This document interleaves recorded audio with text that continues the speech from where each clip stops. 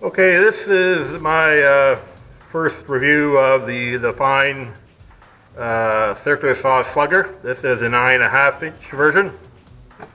And it has a standard mild steel blade on it. And I would definitely not recommend it for anybody for average user, average fabrication, because it's so damn heavy and powerful. It's probably overkill for the average person, the average homeowner too, average fabricator. It does 3.25, I think, inches. Because it's a 2.4 kilowatt motor, which I don't know and I'll somehow convert it into back to standard. But they do have a 7.25 one, which looks like standard circular saw. This is a worm drive, and it's probably quite powerful. And yeah, it has a built-in laser. It has an LED light for here, and a built-in laser. Now I don't know what the 7.25 has. You would have to look that up. But the big one has like a built-in laser and an LED light, which is useless during the day outdoors. But you can go online how people review it. I'm just saying it's my experience. I would say I would not buy this again if I had to. It's just that experience that this is an overkill. This is a worm drive. This is for anything other than mild steel, any heavier metal like dozer blades or something, or heavy high tensile steels. This is quite powerful. You can see the specs on it. There we go. And yeah, I would say it's overkill for the average person.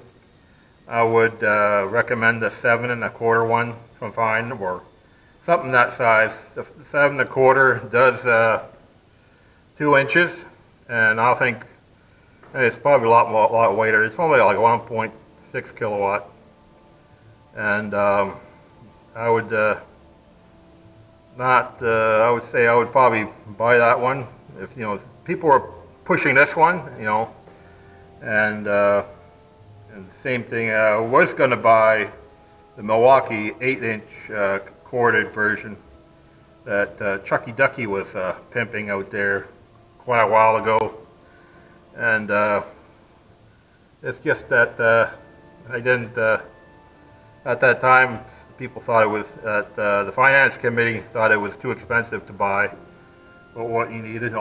It kept on saying it's a one-time use. Well, this is a one-time use. They probably won't use it because it's too heavy later on, and in probably 2 or 3 years again.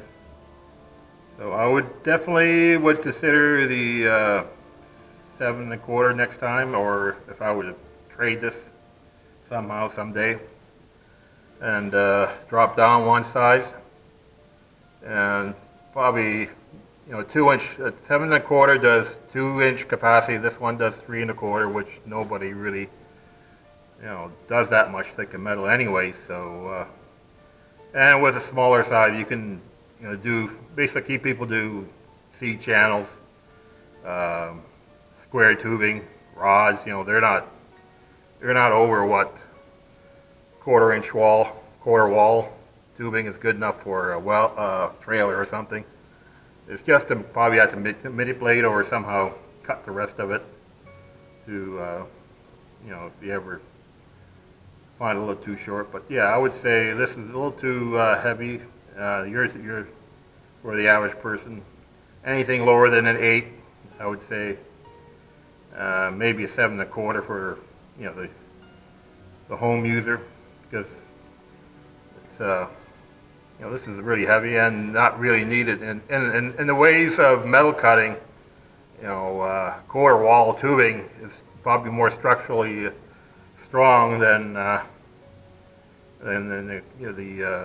regular wood, right? In wood, you need a big blade to cut a nice end for for building stuff, but nobody, cutting metal, you can always shave it off, right, to make it fit.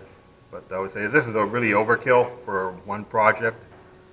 But right now, I'm going to commit Heresy, which I would say, like I say, if you are in the cordless Milwaukee platform, buying the corded version of their metal cutting saw for the average homeowner is probably best off as a starter if you want something in metal cutting, because you most likely you have quite a bit of batteries available, and the cut sheet goods like that, you need probably 2 or 3, at least 2 batteries to cut 4x8 sheet at least once, or somehow.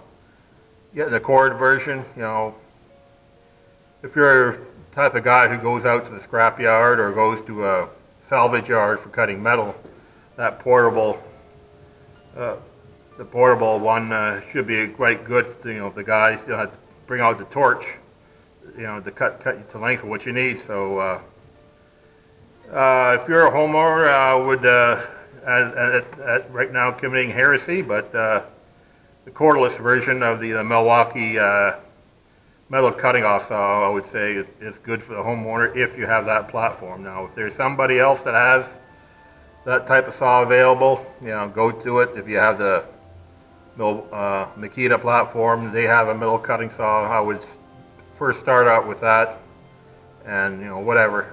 If you have the battery platform available, most likely now you have large batteries. So, and I would go with the cordless just to start out with, because the corded versions are, they're big and powerful, but they're actually useless for the average homeowner. And most likely the average homeowner has quite a bit of batteries now in their collection, the portable batteries, and even if they had to bring a small generator out to charge them in the middle of nowhere or something. But yeah, this is my recommendation. Don't buy this unless you're really into heavy metals, you're cutting beyond mild steel all the time. Then don't buy this. This saw is really meant for metals beyond mild steel, and I would not recommend this for the average person, up to a probably average fabricator. If you're your average guy fabricating stuff, then the small 7 1/4 is better. I would not. It's a heavy beast, and I would not recommend it as an initial purchase because it is overkill. More likely, like I said, if you can get you get the cordless versions of it, and you got the batteries for it already, or it comes with batteries, and then go for it. I would say, because the corded versions are powerful, but this one really is meant for heavy-duty steel work, and really just overkill for our application, and I would not. Would kind of reconsider it,